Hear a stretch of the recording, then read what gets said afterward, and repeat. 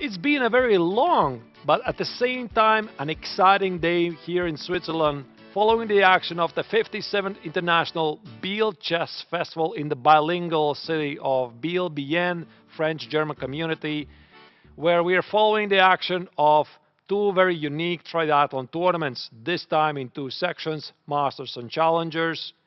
So today, the round two of the classical part of the triathlon was played.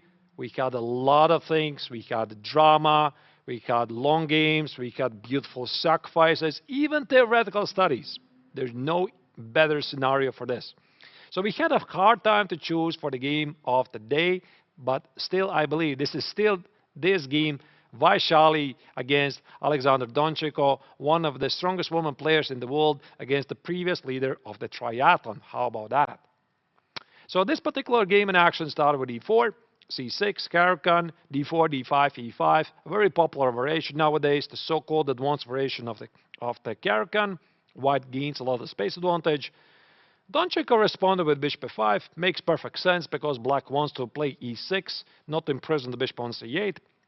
Vaishali played c4, which maybe is not the main move, but it makes perfect sense because she wants to fight for the center with moves like knight c3, queen b3, applying pressure against some of the critical points in black's position. Black responded with e6, knight c3, knight e7, and now knight e2. A slightly odd move because normally you think the knight belongs on f3. So here, Donchiko felt that he has to capture the pawn on c4. This is the correct move. D takes on c4, knight g3, and now defend the pawn with b5. However, this was still part of the prep, because the young Indian star played bishop e2, a move that Donchiko apparently was not quite aware of. So after a longer thought, he decided to play bishop g6, which apparently is a minor inaccuracy. After a4, Vaishali decided to fire up things at the queen side. Black cannot keep the extra pawn, because after a6, a takes, c takes, black suffer because of the pin at the a file. You see, you cannot take on b5 the knight because the rook on a8 is under attack. So that's why Donchiko played b4, counterattacking the knight on c3. And after bishop e4, he was happy to acknowledge yet another move by the bishop, with the point being that now he plays knight f5 and counterattacks the pawn on d4. Vaishali played very quickly bishop e3, and at this moment, Donchiko probably made a very serious mistake. Now, he could have continued simply bishop e7, show castle, knight e7, have a normal game, probably slightly worse, but he was very tempted to play queen h4, hitting the knight on e4, hitting the bishop on e3 with the knight, and probably he felt this is a very interesting dynamic position. So Vaishali responded with knight g3, and here the German's idea was that after knight e3, f takes on e3, the queen on h4 actually stands pretty well. So he continued with bishop e7, castles, knight e7. The pawn on c4 was beyond salvation, so that's why the German grandmaster did not even attempt to save it. Bishop takes on c4 and short castle. And it was at this moment when Vaishali played probably not only the best move of the round, but perhaps of the entire tournament, maybe even the history of Biel Chess Festival of 57 years. How about that? So in this moment, she uncorked the unbelievable rook takes f7. So first including a5, c5, and rook takes on f7 with the idea that rook f7 is impossible because of bishop e6, hitting the rook on f7, the knight on d7. This is essentially what happened in the game. And now the entire idea is revealed after king takes on f7. She might sacrifice the bishop on e6 as well. Now, this did not happen in the game, but there were some very beautiful lines. Now, the point being, king e6 leads to a mate on the board. Queen b3 check. As you see, black's own pieces are stopping the black king to escape to the safety. And after c4, there's a very cute, unusual mate on the board. If black would have tried to play instead king e8, queen a4 is possible, the knight on d7 is pinned. This would have led simply to the victory of the Indian player. And apparently the best response that Donchiko could have come up with was king g6. And after bishop d7, king h6. Still giving white a very large advantage, but not a winning position. Akit Donchenko obviously was shocked by the turn of events, and after longer thought, he decided to take for the rook, with the idea that after bishop e6, rook f8, he felt he can hold on to this position. Now Vaishali responded with queen a4. Ancients, for some reason, like slightly better bishop takes on f7 and e6. Vaishali was not entirely sure what happens instead of bishop f7, king f7, probably a very promising attack, but she was pretty happy with queen a4, hitting the knight on d7, and she also felt that knight e5, giving up the piece, followed by king h8, was the best response, but she did say that after knight e5, d takes, king h8, takes, and rook f1, she felt that she was pretty close to the winning, and engines actually confirm it.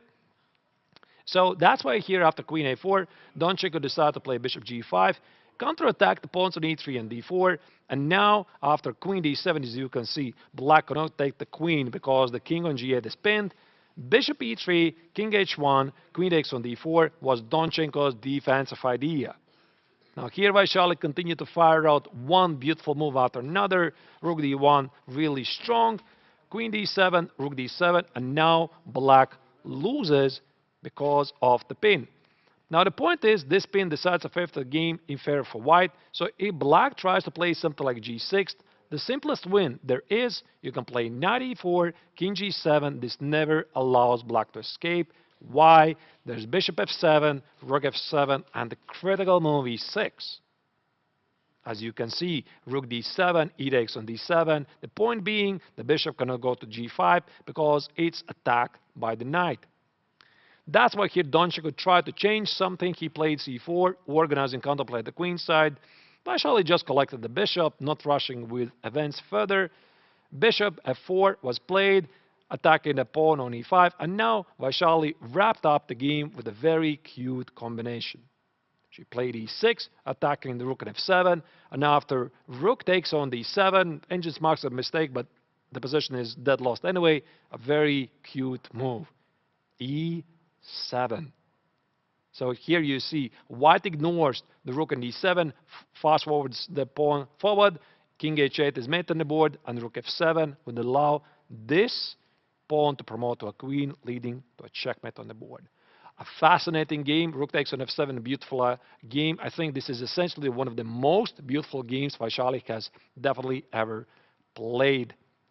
So let's now check the current standings after round 2 of the classical portion. The rapid tournament in the triathlon is over. The classical tournament only is gearing up. Here you see in the Masters tournament, Mishra is a surprise leader, being the lowest rated opponent in the tournament, also the youngest player in the strongest tournament. He won today with the black color a great game against Sam Shankland, who overpressed and in the end was punished. Lim Le finished in a quick draw versus Pragananda. Ike Matriasyan probably will regret his missing victory over Vincent Kammer, which was a highly instructive rook endgame. If you want to check it out, go to chess.com events page, check it out yourself. Very, very interesting endgame. And Matriasyan was just playing brilliantly until one critical moment. In the meantime, in the challengers, Salem Saleh scored his second victory in a row by beating Jonas Bjerre, the top-seeded player of the challengers section. Vaishali also scored second victory in a row. Now she is only 1 point behind the new leader, Salem Saleh.